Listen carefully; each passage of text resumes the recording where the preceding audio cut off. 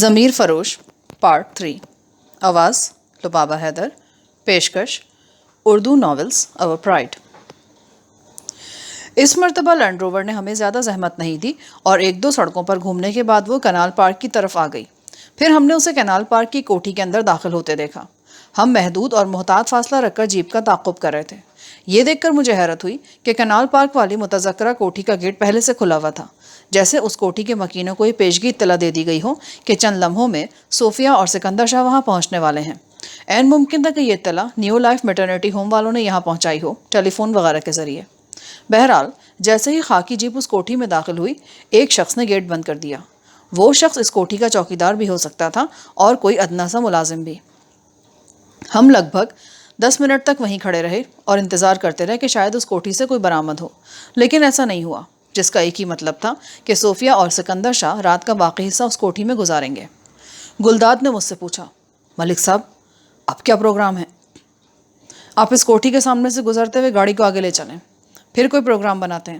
صوفیہ اور سکندر شاہ تو صبح تک کوٹھی سے باہر نہیں نکلیں گے، اور ادھر میٹرنیٹی ہوم میں داخل ہونے والے 4 جوانوں کو بھی صبح سے پہلے باہر لائے جانے کا کوئی امکان نظر نہیں آ رہا۔ میں نے کچھ سوچتے ہوئے کہا۔ گلداد نے میری ہدایت کی تکمیل کر دی۔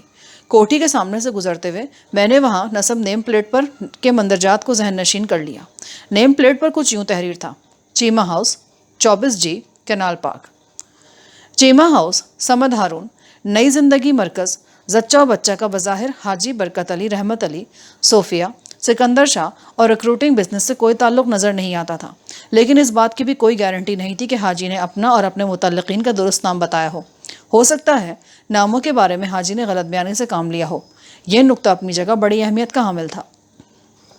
گلداد مختلف سڑکوں پر سے گھومتے ہوئے نیلی فیئٹ کو نہر کے قریب لے آیا اور ایک درخت کے نیچے روک دیا۔ رات آدھی سے زیادہ گزر چکی تھی۔ ہم جس سڑک پر کھڑے تھے وہاں تاریکی اور سناٹے کا راج تھا۔ گلداد نے مجھ سے مخاطب ہوتے ہوئے کہا، ملک صاحب اب بتائیں کیا کرنا ہے؟ میں نے گہری سانس خارج کی۔ اس وقت میرا ذہن گہری سوچ بچار میں مصروف تھا اور میری یہ خاموشی گلداد کی بےتابی میں گراں قدر اضافہ کر رہی تھی۔ وہ اضطراری لہجے میں بولا، ملک صاحب آثار سے تو یہی نظر آ رہا ہے کہ دونوں کوٹھیوں میں جانے والے اب صبح سے پہلے باہر قدم نہیں نکالیں گے، لہٰذا ہمیں چاچے کے گھر جا کر سو جانا چاہیے۔ جو بھی ہوگا صبح دیکھا جائے گا۔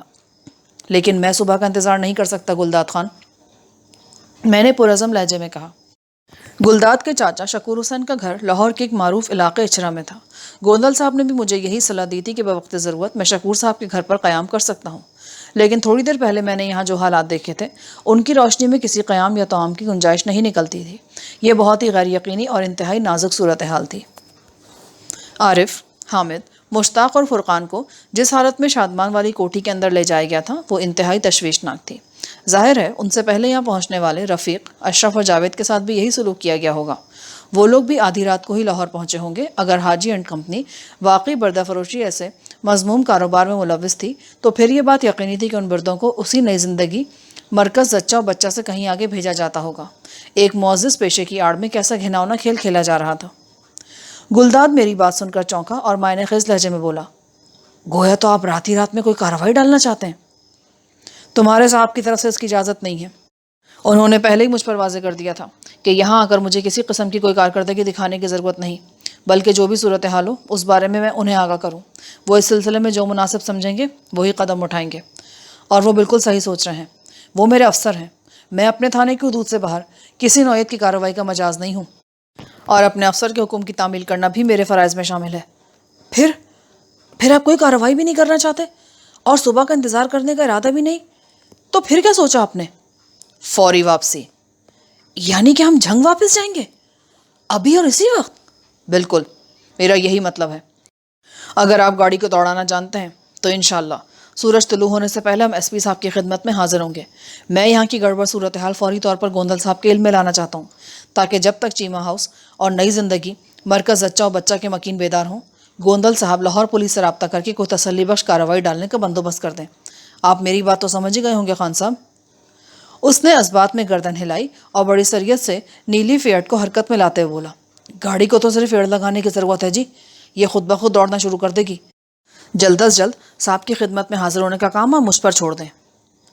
اگلے ہی لمحے گاڑی ہوا سے باتیں کرنے لگی۔ دیکھتے ہی دیکھتے ہم کنال پارک، شادمان کالونی،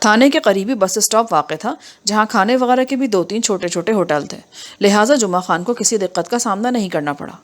کچھ دیر بعد میں اور جمعہ خان ایک تانگے پر سوار ہو کر بخت نگر کی طرف جا رہے تھے۔ بس اسٹاپ کے سامنے ہی نیم پختہ سڑک کی دوسری جانب تانگا اسٹینڈ تھا۔ حوالدار ناشتے کے ساتھ ہی ایک تانگا بھی پکڑ لایا تھا۔ نور کوٹ سے بخت نگر پہنچنے کے دوران میں نے حوالدار کو ان تمام حالات سے آگاہ کر دیا جنہوں نے اس کے رگو پے کو بھی ایک سنسنی خیز تجسس میں جکڑ رکھا تھا۔ میری طرح اس کا بھی یہی خیال تھا کہ حاجی کو فوراً گرفتار کر لینا چاہیے۔ لاہور پولیس اپنی تحقیق اور تفتیش سے جو بھی نتیجہ خاص کرے گی اس کی روشنی میں حاجی کی گرفتاری عمل میں لانا ضروری ہو جائے گی۔ جمعہ خان کا دھیان بھی میری طرف بردہ فروشی کی طرف جا رہا تھا اور یہ گھناؤنا کاروبار ایک معزز پیشے کی آڑ میں ہو رہا تھا۔ میں نے اس میٹرنیٹی ہوم والی کوٹھی کی نیم پلیٹ پر سمد ہارون کا نام لکھا دیکھا تھا۔ اگر وہ میٹرنیٹی ہوم واقعی کسی سمد ہارون کا تھا تو پھر اس کا صاف صاف یہی مطلب تھا کہ وہ بھی حاجی اینڈ کمپنی کے دھندے کا ایک حصہ تھا۔ بہرحال اب وہ وقت دور نہیں تھا جب حاجی برکت علی رحمت علی کی اصلیت کھل کر سامنے آ جاتی اور میں ان انکشاف انگیز لمحات کا بڑی بے چینی سے منتظر تھا۔ بخت نگر میں جمعہ خان کی سسرال تھی اور وہ یہاں کی ایک ایک گلی سے ایسے ہی واقف تھا جیسے انسان اپنے ہاتھ کی انگلیوں سے آشنا ہوتا ہے۔ ہمارا تانگا بخت نگر کی حدود میں داخل ہوا تو جمعہ خان نے مجھ سے پوچھا، ملک صاحب کیا حکم ہے اب؟ وہ تانگے کی اگلی سیٹ پر کوچوان کے ساتھ بیٹھا ہوا تھا جبکہ میں عقبی سیٹ پر موجود تھا۔ وہ چونکہ کوچوان کو گائیڈ کر رہا تھا لہٰذا اس کے استفسار کا مطلب یہی تھا کہ تانگا کہاں رکوایا جائے۔ وہ دوپہر کا وقت تھا، دن کے 11-11:30 بجے تھے، لیکن تپش ایسی تھی کہ گویا سورج سوا نیزے پر آ گیا ہو۔ میں نے اس کے سوال کا جواب دیتے ہوئے کہا، جمعہ خان، امتیاز جٹ نے اپنا جو مکان کرائے پر دیکھ رکھا ہے، کیا وہاں تک تانگا لے جانا ممکن ہے؟ بالکل ممکن ہے جناب، امتیاز جٹ کے مکان کے دروازے تک تانگا جا سکتا ہے۔ اور تمہارے خیال میں امتیاز جٹ کا کرایہ دار اس وقت گھر کے اندر ہی موجود ہوگا؟ مجھے یقین ہے جی کہ وہ ہمیں گھر میں ہی ملے گا۔ ظہر کی نماز کے لیے وہ لگ بھگ 1 بجے مسجد کی طرف جاتا ہے۔ تو پھر ٹھیک ہے، ہم سیدھے اسی کے پاس جا رہے ہیں۔ تھوڑی ہی دیر بعد ہمارا تانگا حاجی برکت علی کی رہائش گاہ کے سامنے جا رکا۔ ہم دونوں تانگے سے نیچے اتر آئے۔ جمعہ خان اس وقت یونیفارم میں تھا جبکہ میں نے عوامی لباس پہنا ہوا تھا۔ جمعہ خان نے آگے بڑھ کر دروازے پر دستک دی۔ میں اس سے چند قدم پیچھے کھڑا ہو گیا۔ ہمیں زیادہ انتظار نہیں کرنا پڑا، پہلی ہی دستک پر دروازہ کھل گیا اور کھلے ہوئے دروازے میں حاجی سیاہ کرتوت کا مکروہ چہرہ نمودار ہوا۔ میں اسے پہلی بار دیکھ رہا تھا۔ جمعہ خان کی زبان سے نکلنے والے جملے نے مجھے بتا دیا کہ وہ حاجی برکت علی رحمت علی ہے۔ السلام علیکم حاجی صاحب، حوالدار نے بڑی عقیدت مندی سے کہا۔ حاجی نے اس کے سلام کا جواب دینے سے پہلے تنقیدی نظر سے سرتاپا میرا جائزہ لیا اور پھر جمعہ خان کی طرف دیکھتے ہوئے بولا۔ آواز اس کے حلق سے برآمد ہوئی تھی، وعلیکم السلام حوالدار جی، خیریت تو ہے؟ حاجی صاحب، میں خادم حسن کا ایک مسئلہ لے کر آپ کے پاس آیا ہوں۔ جمعہ خان نے سوچی سمجھی اسکیم کے تحت کہا۔ یہ ساری پلاننگ ناشتے کے دوران میں ہی ہم نے تیار کر لی تھی۔ جمعہ خان جو بھی کچھ کر رہا تھا اس میں میری تائید شامل تھی۔ حاجی نے ایک مرتبہ پھر جائزہ نگاہ سے میری طرف دیکھا اور کہا، خادم حسن اسی بندے کا نام ہے؟ جی ہاں۔ آپ لوگ اندر آ جائیں۔ وہ یہ کہتے ہوئے مڑ گیا۔ ہم گھر کے اندر داخل ہو گئے۔ حوالدار کی زبانی مجھے یہ معلوم ہو چکا تھا کہ امتیاز جٹ کا وہ گھر 3 کمروں پر مشتمل تھا۔ 2 کمرے عقبی حصے میں بنے تھے اور ایک آگے جو بیٹھک کے طور پر استعمال ہوتا تھا۔ حاجی ہمیں اسی بیٹھک نما کمرے میں لے آیا۔ یہ اچھی بات تھی کہ وہ مجھے تھانہ انچارج کی حیثیت سے پہچان نہیں سکا تھا، ورنہ وہ فوراً بدک جاتا اور ہمیں اتنی آسانی سے گھر کے اندر داخل ہونے کی اجازت نہیں دیتا۔ حاجی کی عمر کا اندازہ میں نے 50 کے قریب لگایا۔ وہ صحت مندی کے مروجہ پیمانوں سے کہیں بڑھ کر صحت مند اور توانا تھا۔ اس کے لیے ہٹا کٹا کے الفاظ بھی بے وزن محسوس ہوتے تھے۔ اس کی توند کسی مٹکے کی مانند باہر کو نکلی ہوئی تھی۔ رنگت گہری سانولی اور خود کو معزز اور نیک ظاہر کرنے کے لیے اس نے خاصی تگڑی داڑھی بھی رکھ چھوڑی تھی۔ اس کی شخصیت کا مجموعی تاثر متاثر کن نہیں بلکہ بیزار کن تھا۔ وہ اپنی چکنی چپڑی اور منافقانہ باتوں سے بخت نگر کے سادہ مزاج افراد کو بآسانی بیوقوف بنا رہا تھا۔ ہم بیٹھ چکے تو حاجی نے خاصی کراری آواز میں کہا۔ اس کا مخاطب جمعہ خان تھا۔ حوالدار جی، وہ آپ کا سالہ شمشاد احمد کئی مرتبہ میرے پاس آ چکا ہے۔ وہ بضد ہے کہ میں اسے کام کاج کے لیے سعودی عرب بھیج دوں، لیکن وہ میرے معیار پر پورا نہیں اترتا۔ مجھے یقین ہے صوفیہ اسے دیکھے بغیر ہی، انٹرویو لیے بغیر ہی فیل کر دے گی۔ ادھر سعودیہ میں محنت مزدوری آسان کام نہیں ہے، صرف جوان خون اس مشقت کا سامنا اور مقابلہ کر سکتا ہے۔ شمشاد کی عمر 40 سے آگے بڑھ چکی ہے اور وہ فیملی والا بھی ہے۔ باقی حوالدار جی آپ خاصے سمجھدار ہو، اپنے سالے کو بھی تھوڑی عقل دے دیں۔ ٹھیک ہے حاجی صاحب، میں شمشاد کو سمجھانے کی پوری کوشش کروں گا جی، حوالدار نے مصلحت آمیز لہجے میں کہا۔ میں حاجی کے فلسفے تک آسانی سے پہنچ گیا۔ یقیناً جوان اور صحت مند بردوں کی اچھی قیمت ملتی ہوگی اور ادھیڑ عمر والے کو اونے پونے داموں خریدا جاتا ہوگا۔ حاجی نے ایک مرتبہ پھر قصاب کی نگاہ سے میرے بدن کا جائزہ لیا اور جمعہ خان سے کہا، حوالدار جی، یہ خادم حسین بھی عرب ممالک کی گرمی اور مشقت کے آگے ٹھہر نہیں سکے گا۔ میرا خیال ہے تمہیں شمشاد کے ساتھ اسے بھی سمجھانا ہوگا۔ نہیں حاجی صاحب، یہ دوسرا کیس ہے۔ دوسرا کیس؟ کیا مطلب حوالدار جی؟ حاجی چونکا۔ حاجی صاحب، یہ خادم حسین آپ کو اپنے ساتھ نورکوٹ لے جانے کے لیے آیا ہے۔ ادھر اس کے گھر میں کوئی گڑبڑ ہے، رکھی ہوئی چیزیں خود بخود اپنی جگہ سے غائب ہونے لگتی ہیں جی۔ میں نے اسے بتایا تھا کہ آپ اللہ والے اور ایک نیک انسان ہیں۔ اس کے گھر پر کوئی دم وغیرہ پھونک دیں گے نا تو یہ پراسرار مسئلہ حل ہو جائے گا۔ دراصل خادم حسین میرا گہرا دوست ہے۔ کہنے لگا میں اس کے ساتھ چلوں اور آپ سے سفارش بھی کر دوں، سو میں چلا آیا جی۔ اچھا، یہ بات ہے۔ حاجی گردن کو اثباتی جنبش دینے کی کوشش کرتے ہوئے بولا، کوشش ان معنوں میں کہ گردن اس کا کہنا ماننے کو پوری طرح تیار نہیں تھی۔ وہ اس قدر چربیلی ہو چکی تھی کہ اگر حاجی کو گردن کی آنکھ سے دیکھا جاتا تو وہ کسی مرکھنے بیل یا سرکاری سانڈ سے کم نظر نہیں آتا تھا۔ حوالدار نے لوہا گرم دیکھا تو ایک اور چوٹ لگا دی۔ حاجی صاحب، اس نے رازدارانہ انداز میں کہا، آپ کی شہرت بخت نگر سے نکل کر خوشبو کی طرح ہمارے علاقے نورکوٹ میں بھی پہنچ چکی ہے اور درجنوں جوان بیرون ملک جانے کے لیے پر تول رہے ہیں جی۔ قصبہ نورکوٹ بخت نگر سے کہیں زیادہ بڑا ہے۔ خادم حسین کا گھر دیکھنے کے بہانے آپ اس علاقے کا سروے بھی کر لیں جناب۔ میرا خیال ہے آپ کی مصروفیت کے لیے وہ اچھا خاصا کام نکل آئے گا۔ یہ تجویز نما مشورہ حاجی کے دل کو لگا۔ میں نے اس کی آنکھوں میں شیطانی چمک ابھرتے دیکھی۔ وہ قدرے خوشگوار لہجے میں بولا، حوالدار جی، ہم آپ کی سفارش کو کیسے رد کر سکتے ہیں؟ جناب، ہم تانگا بھی اپنے ساتھ ہی لے کر آئیں۔ آپ جتنی جلدی جائیں گے اتنی جلدی واپس بھی آ جائیں گے۔ یہی تانگا آپ کو چھوڑنے بھی آئے گا۔ وہ ہمارے ساتھ چلنے کے لیے تیار ہو گیا۔ میں اگر چاہتا تو بخت نگر پہنچتے ہی آنن فانن میں حاجی برکت علی رحمت علی کو گرفتار کر لیتا۔ کوئی اس کام سے مجھے روک نہیں سکتا تھا، لیکن میں اس عیار اور مکار بلکہ شیطان صفت شخص سے بڑا سنگین مذاق کرنا چاہتا تھا۔ وہ خوشی خوشی نورکوٹ کے گبرو جوانوں کو دیکھنے جا رہا تھا تاکہ ان کی بردہ فروشی سے اپنی آمدنی کا تخمینہ لگا سکے، اور جب میں اچانک اسے حوالات میں دھکیل کر دروازے پر آہنی تالا ڈلوا دیتا تو اس پر حیرت، غصے، بے عزتی اور توہین کے غیر متوقع پہاڑ ٹوٹ پڑتے۔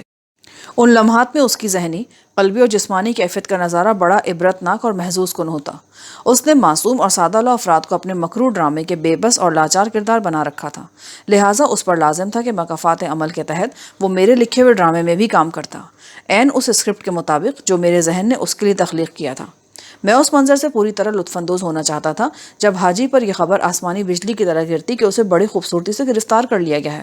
وہ جوانوں کو بردے بنانے آیا تھا اور میں اسے حوالاتی بنا کر اگلی پچھلی ساری کسر نکال دیتا۔ ہم بخیر و عافیت بخت نگر سے نورکوٹ پہنچ گئے۔ جب تانگا تھانے کے سامنے پہنچا تو جمعہ خان نے بڑی بے تکلفی سے مجھے مخاطب کرتے ہوئے کہا، خادم حسین، تمہارے گھر کی طرف تو بعد میں جائیں گے، میں ذرا تھانے سے ہو لوں۔ اہلکاروں کو ضروری ہدایات دینی ہے۔ آج انچارج صاحب بھی تھانے میں موجود نہیں ہیں، وہ کل رات سے ٹوبر ٹیکسنگ گئے ہیں۔ ان کی غیر موجودگی میں یہاں کے سارے معاملات مجھے ہی دیکھنا پڑ رہے ہیں۔ تو کیا ہم ادھر تانگے میں ہی بیٹھے رہیں؟ میں نے جمعہ خان سے پوچھا۔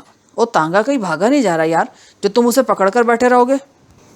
جمعہ خان نے سرسری لہجے میں کہا، بلکہ ایسا کرو تم لوگ بھی تھانے میں ہی آ جاؤ، بس 10-15 منٹ کا کام ہے، پھر چلتے ہیں۔ میں، حاجی اور جمعہ خان پہلو بہ پہلو چلتے ہوئے تھانے کے اندر پہنچ گئے۔ حوالدار نے ہتھکڑی اٹھائی اور مجھ سے مخاطب ہوتے ہوئے بولا، خادم حسین، آؤ میں تمہیں دکھاؤں کسی شخص کو گرفتار کیسے کیا جاتا ہے۔ او ہاں یار، میری بڑی خواہش ہے یہ منظر دیکھنے کی، پر تم گرفتار کس کو کرنا چاہتے ہو؟ میں نے خوش ہوتے ہوئے کہا اور پھر پوچھا، اس وقت کمرے میں صرف ہم 3 افراد ہیں، تھانے کا دیگر عملہ اپنے کاموں میں مصروف ہے، میں گرفتار کرنا چاہتا ہوں، تم لوگ آپس میں فیصلہ کر لو کہ گرفتاری دینی کس نے ہے۔ حاجی کا چہرہ متغیر ہو گیا، اس تغیر میں غصے کی سرخی نمایاں تھی۔ اس منظر نے مجھے بڑا لطف دیا۔ میں نے خوفزدگی کی اداکاری کرتے ہوئے کہا، او یار، مذاق نہ کر، میں نے کوئی جرم نہیں کیا، میں کیوں گرفتاری دوں؟ اگر تم نے کوئی جرم نہیں کیا تو پھر؟ اس نے ڈرامائی توقف کر کے حاجی کی طرف دیکھا۔ حاجی بپھر کر بولا، حوالدار، یہ کیا بکواس ہے؟ حاجی صاحب، یہ کوئی بکواس نہیں ہے۔ جمعہ خان نے گہری سنجیدگی سے کہا، میں تو انچارج صاحب کے حکم کی تعمیل کر رہا ہوں۔ انچارج صاحب؟ حاجی نے چونک کر اسے دیکھا۔ پر تم نے تھوڑی دیر پہلے بتایا تھا کہ تھانہ انچارج ٹوبہ ٹیک سنگھ گئے ہوئے ہیں۔ ہاں، میں نے یہی کہا تھا، مگر میں ان کو واپس آنے سے روک تو نہیں سکتا نا، وہ آ گئے ہیں تو میں کیا کر سکتا ہوں؟ تھانے دار ٹوبہ ٹیک سنگھ سے واپس آ گیا ہے؟ پر وہ ہے کہاں پہ؟ حاجی نے الجھن زدہ لہجے میں کہا، یہ کھڑے ہیں، ملک صفدر حیات، تھانہ انچارج نور کوٹ۔ جمعہ خان نے میری سمت انگلی سے اشارہ کرتے ہوئے کہا، مگر یہ تو خاتم حسین۔ حاجی کے منہ سے اتنا ہی نکلا تھا کہ میں نے ایک زناٹے دار تماچا اس کے گال پر رسید کر دیا اور پھر تہمکانہ انداز میں حوالدار سے کہا، جمعہ خان، اس حاجی کو فوراً گرفتار کر لو۔ جب تک حاجی اس تیزی سے بدلتی صورتحال کو سمجھ پاتا، حوالدار نے کمال پھرتی کا مظاہرہ کرتے ہوئے اس کے ہاتھوں میں آہنی زیور پہنا دیا اور پھر میری ہدایت پر بے دریغ دھکے دیتے ہوئے اسے حوالات کے اندر پہنچا دیا۔ حاجی برکت علی کی حالت دیدنی تھی۔ جب اسے حوالات کے فرش پر پھینک کر دروازے کو لاک اپ کر دیا گیا تو وہ مجھے بڑی بڑی دھمکیاں دینے لگا، مجھے خطرناک نتائج سے ڈرانے کی کوشش کرنے لگا، لیکن میں نے اس کی پھوں پھاں کی ذرا بھی پرواہ نہیں کی اور نہایت ہی کڑوے لہجے میں کہا، حاجی صاحب، صرف ایک دن کی بات ہے، پھر سکندر شاہ، صوفیہ، صمد ہارون، چیمہ صاحب اور نئی زندگی میٹرنیٹی ہوم کا سارا عملہ کسی نہ کسی تھانے کی حوالات میں تمہاری طرح پڑا دکھائی دے گا۔ کیا مطلب؟ وہ لکنت زدہ انداز میں بولا۔ میرے خوفناک انکشافات نے اس کے چہرے کی سانولی رنگت میں بڑی فراغ دلی سے سیاہی بھر دی تھی۔ اس کی آنکھوں میں دہشت اور وحشت کے سائے ہم آغوش ہو کر بڑے بھیانک اور سنسنی خیز مناظر تخلیق کرنے لگے۔ تھوڑا صبر حاجی، میری کہی ہوئی ہر بات کا مطلب اور مفہوم بہت جلد تمہاری سمجھدانی میں قیام پذیر ہو جائے گا۔ وہ ایسی نظر سے مجھے دیکھنے لگا جیسے میں انسانی روپ میں موت ہوں۔ پچھلی رات ایک لمحے کے لیے بھی مجھے آنکھ لگانے کا موقع نہیں مل سکا تھا۔ ناشتے کے بعد میں خاصی کسل مندی محسوس کرنے لگا تھا اور دوپہر کے کھانے نے تو مجھے بالکل ہی نڈھال کر دیا، خاص طور پر اس لیے بھی کہ یہ کھانا حاجی گڑبڑ کی کامیاب گرفتاری کے بعد کھایا تھا۔ بڑی شدت سے دل چاہ رہا تھا کہ کہیں بھی پڑھ کر میں ایسا بے خبر ہو کر سوؤں کہ پھر اگلے دن کی ہی خبر لاؤں، پر ایس پی صاحب کا حکم تھا کہ آج کا دن مجھے ہر صورت جاگ کے گزارنا ہے۔ ان کی طرف سے کسی وقت بھی بلاوا آ سکتا تھا، لہٰذا میں خود پر جبر کر کے مسلسل جاگ رہا تھا۔ شام سے تھوڑی دیر پہلے ایک ایسی اطلاع مجھ تک پہنچی کہ مجھے یقینی نہیں آیا۔ پلک جھپکتے میں میری ساری نیند کافور ہو گئی۔ کانسٹیبل عبدالغفور نے میرے کمرے میں آ کر بتایا، ملک صاحب، ایس پی صاحب آئے ہیں۔ کیا؟ میں ایک جھٹکے سے اٹھ کھڑا ہوا۔ میں تو گوندل صاحب کی طرف سے بلاوے کا منتظر تھا اور وہ خود ہی میرے پاس چلے آئے تھے۔ میں نے تصدیقی لہجے میں عبدالغفور سے پوچھا، غور سے کہا تم نے انہیں اپنی آنکھوں سے دیکھا ہے یا محض نیلی کار دیکھ کر؟ میرا خیال یہی تھا کہ گلداد نیلی فیٹ میں آیا ہوگا۔ میں اپنا جملہ مکمل نہ کر سکا کیونکہ اسی لمحے مجھے گوندل صاحب اپنی جانب بڑھتے ہوئے نظر آ گئے۔ میں کھڑا تو تھا ہی، آگے بڑھ کر میں نے انہیں ایک زوردار سلوٹ کیا اور اپنی کرسی ان کے لیے چھوڑ دی۔ انہوں نے میرے سلوٹ کا جواب سر کے اس باتی جنبش سے دیا اور بولے، صفدر حیات، تم اپنی کرسی میرے لیے مت چھوڑو۔ میں اس کوشش میں ہوں کہ تمہاری کرسی کسی سینئر سب انسپکٹر یا انسپکٹر کے حصے میں آئے، کیونکہ تمہیں تو اس کرسی سے اٹھنے کے بعد کسی ڈی ایس پی کی کرسی پر بیٹھنا چاہیے۔ سر، میری سمجھ میں کچھ نہیں آ رہا کہ آپ… بیٹھ جاؤ صفدر حیات، انہوں نے تہمکانہ لہجے میں کہا اور میری میز کی دوسری طرف رکھی ہوئی کرسی پر بیٹھ گئے۔ مجبوراً مجھے بھی اپنی کرسی پر بیٹھنا پڑا۔ اس وقت کمرے میں ہم دونوں کے سوا کوئی بھی نہیں تھا۔ صفدر حیات، حاجی برکت علی رحمت علی کو فوری طور پر گرفتار کرنا ہوگا۔ سر سمجھے کہ یہ کام ہو گیا ہے؟ میں نے اپنے جوش کو دباتے ہوئے کہا، صرف سمجھنے سے بات نہیں بنے گی، اس کی عملی گرفتاری ضروری ہے۔ کل صبح لاہور سے پولیس کی ایک گاڑی گرفتار شدہ حاجی کو لینے یہاں پہنچے گی۔ تمہیں یہ کام ابھی اور اسی وقت کرنا ہے۔ میں زیر لب مسکرایا اور فخریہ لہجے میں کہا، سر، میں نے آپ سے غلط نہیں کہا، حاجی برکت علی رحمت علی کو آپ پولیس کسٹڈی میں سمجھیں۔ کیا مطلب؟ ان کی حیرت دو چند ہو گئی۔ میں نے آواز دے کر حوالدار کو اپنے کمرے میں بلایا۔ اس نے وہاں پہنچ کر پہلے ایس پی صاحب کو اور پھر مجھے سلوٹ کیا۔ جمعہ خان، اس حوالاتی کو ایس پی صاحب کے پاس لے کر آؤ جسے آج دوپہر کو ہم بخت نگر سے اپنے ساتھ لے کر آئے ہیں۔ Okay sir. حوالدار تیزی سے مڑا اور ہماری نظروں سے اوجھل ہو گیا۔ ویل ڈن صفدر حیات، اگر میں تمہاری ترقی کے لیے کوشاں ہوں تو اس میں حیرت کی کوئی بات نہیں، تم اس کا استحقاق رکھتے ہو۔ سر، میں گزشتہ رات ادھر لاہور میں جو حالات دیکھ کر آیا ہوں ان کا تقاضا یہی تھا کہ حاجی کو فوراً حراست میں لے لیا جائے۔ یہ اگر ادھر ادھر سلپ ہو جاتا تو میں آپ کو کیا منہ دکھاتا؟ I am very sorry sir کہ میں نے آپ سے پوچھے بغیر… کسی سوری کی ضرورت نہیں صفدر حیات، تم نے حاجی کو قابو کر کے بہت بڑا کارنامہ سر انجام دیا ہے۔ وہ دوستانہ لہجے میں بولے، ادھر لاہور میں اس کے گروہ کے تمام افراد کو گرفتار کر لیا گیا ہے۔ تم ٹھیک کہتے ہو، واقعی اگر ایک کمبخت کہیں سلپ ہو جاتا تو ہمارے لیے بڑی مصیبت ہو جاتی۔ اسی لمحے جمعہ خان زیر حراست حاجی کو لے کر آ گیا۔ گوندل صاحب نے تنقیدی انداز میں سرتاپا اس کا جائزہ لیا اور فیصلہ کن لہجے میں بولے، جمعہ خان، اسے وہیں ڈال دو جہاں سے اٹھا کر لائے ہو. کل صبح تک کہ تمہارا مہمان ہے، لیکن تم اس کی خاطرداری میں نہیں لگ جانا. بس اس کی نگرانی اور حفاظت کرنے کی ضرورت ہے. لاہور پولیس نے اس کی دعوت کے لیے ایک شاندار ضیافت کا اہتمام کیا ہے. اس کے دیگر ساتھی بھی وہاں پہنچ چکے ہیں. بس مہمان خصوصی یعنی حاجی صاحب کا انتظار ہو رہا ہے. میرا اشارہ پا کر جمعہ خان حاجی کو اپنے ساتھ لے گیا تو میں نے ایس پی صاحب کو مخاطب کرتے ہوئے کہا، سر، لاہور کی صورتحال کے بارے میں بھی تو کچھ بتائیں. صفدر حیات، وہاں کی صورتحال بڑی گمبھیر اور افسوسناک ہے. یعنی کہ ہمارا شک بالکل درست نکلا؟ میں نے سوالیہ نظروں سے ایس پی صاحب کو دیکھا. حاجی اینڈ کمپنی بردہ فروشی سے گھناؤنے کاروبار میں ملوث تھی. بردہ فروشی سے بھی کہیں زیادہ گھناؤنے اور قابل مذمت کاروبار میں. کیا مطلب سر؟ صفدر حیات، پچھلے 3 مہینوں میں لاہور پولیس کو مختلف ویران علاقوں اور کچرے کے ڈھیروں پر سے 10 انسانی لاشیں پڑی ملی ہیں. ان لاشوں میں 2 چیزیں مشترک پائی گئی ہیں. نمبر 1، وہ 10 کے 10 جوان اور صحت مند افراد تھے. نمبر 2، بڑے بےایمانہ انداز میں انہیں ایک آپریشن سے گزارا گیا تھا اور اس آپریشن میں ان کے دونوں گردے نکال لیے گئے تھے. اوہ، تو اس کا مطلب کہ وہ بردہ فروش نہیں بلکہ گردہ فروش ہیں. بالکل، یہی حقیقت ہے. میں نے بے چینی سے ان کی طرف دیکھا اور متوحش لہجے میں استفسار کیا، تو کیا بخت نگر سے جانے والے جوان؟ وہ بڑے خوش قسمت ثابت ہوئے صفدر حیات.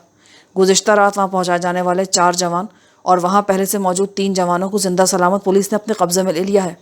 اگر تمہاری رپورٹنگ میں 2-4 گھنٹے کی بھی تاخیر ہو جاتی نا تو یہ ساتوں کے ساتوں دیہاتی گبرو اپنے گردوں سے محروم ہو کر موت کو گلے لگا چکے ہوتے. تمہاری اطلاعات پر میں نے اپنے اعلیٰ افسران سے رابطہ کیا، پھر آنن فانن لاہور پولیس کو سنگین مسئلے سے آگاہ کر دیا. وہ تو پہلے سے اس گروہ کی تلاش میں مختلف اسپتالوں کو چیک کرتے پھر رہے تھے جہاں صحت سے بھرپور جوانوں کو گردوں سے محروم کر دیا جاتا تھا. میٹرنٹی ہوم وغیرہ کی طرف ان کا دھیان نہیں گیا تھا، لہٰذا انہوں نے آنے واحد میں نیو لائف میٹرنٹی ہوم اور چیمہ ہاؤس پر ہنگامی چھاپہ مارا. صوفیہ سکندر شاہ کے علاقہ ڈاکٹر سمد ہارون کو فوراً گرفتار کر لیا گیا. New life maternity home Samad Haroon کی ملکیت تھا. اس نے زچہ و بچہ کے معاملات کے لیے لیڈی ڈاکٹر اور نرسیں وغیرہ رکھی ہوئی تھیں اور اسی کوٹھی کے تہخانے میں اس نے خفیہ آپریشن تھیٹر بنا رکھا تھا جہاں وہ بیرون ملک جانے کے شوقین افراد کے گردے نکال لیا کرتا تھا. بخت نگر سے جانے والے 7 جوانوں کا آج دوپہر کے بعد آپریشن سے گزارے جانے والا تھا، لیکن اس سے پہلے ہی لاہور پولیس نے مستعدی دکھا کر ان کے مذموم منصوبے کے خاک میں ملا دیا. جو پولیس کی گاڑی حاجی برکت علی رحمت علی کو لینے آ رہی ہے اسی میں وہ 7 جوان بھی یہاں پہنچا دیے جائیں گے.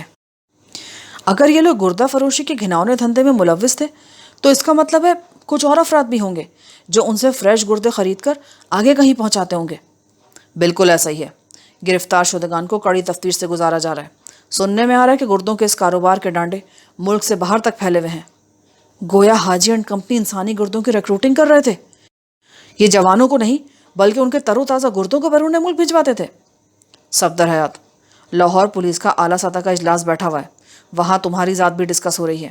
یہ سب کچھ تمہاری کاوش سے ممکن ہو سکا ہے. مجھے قوی امید ہے جنگ پولیس کو تمہارے حوالے سے خصوصی ہدایات جاری کی جانے والی ہیں. سمجھو کہ تمہاری ترقی ہونے میں اب زیادہ دیر باقی نہیں ہے. میں نے ممنونیت آمیز لہجے میں کہا، سر، اگر اوپر کہیں میری تعریف ہو رہی ہے تو یہ سب آپ کے توسط سے ہے. میں نے تو صرف اپنا فرض ادا کیا ہے. اس سلسلے میں آپ نے بڑا مستعد اور ذمہ دارانہ کردار انجام دیا ہے. صفدر حیات، دنیا کا کوئی بھی محکمہ ہو، ٹانگ کھینچنے اور کام لگانے والے تو بہت مل جائیں گے، لیکن سچے، ہمدرد اور خیر خواہ خال خالی نظر آئیں گے. میں نے صرف اتنا کہا ہے کہ تمہاری گزشتہ رات کی دوڑ دھوپ اور کڑی محنت کو مناسب انداز میں آگے پہنچایا ہے. میری جگہ اگر کوئی اور سینئر آفیسر ہوتا تو میں وثوق سے نہیں کہہ سکتا کہ یہ کریڈٹ تمہارے حصے میں آتا. تم کافی عرصے سے میرے نیچے کام کر رہے ہو اور تمہاری پچھلے کئی سالوں کی کارکردگی میرے سامنے ہے. میری دلی خواہش ہے کہ آنے والے وقت میں بہت جلد تمہیں ڈی ایس پی کے عہدے پر ترقی مل جائے. Thank you sir. میں نے تہہ دل سے ان کا شکریہ ادا کیا. انہوں نے حاجی کے سلسلے میں مجھے چند ضروری ہدایات دیں اور صبح دوبارہ آنے کا وعدہ کر کے رخصت ہو گئے. ان کے جانے کے بعد میں اس گردہ فروش گروہ کے بارے میں سوچنے لگا. بردہ فروش، گردہ فروش، عصمت فروش اور منشیات فروش تو مختلف شکلیں ہیں انسان کی، ایک منفی انسان کی. میری نظر میں ایسے شخص کو بنیادی طور پر ضمیر فروش کہنا چاہیے.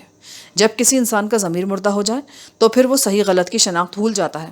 اس کی نگاہ صرف اور صرف اپنے مفاد پر لگی رہتی ہے اور اس مفاد کے حصول کے لیے وہ کچھ بھی فروش ہو سکتا ہے.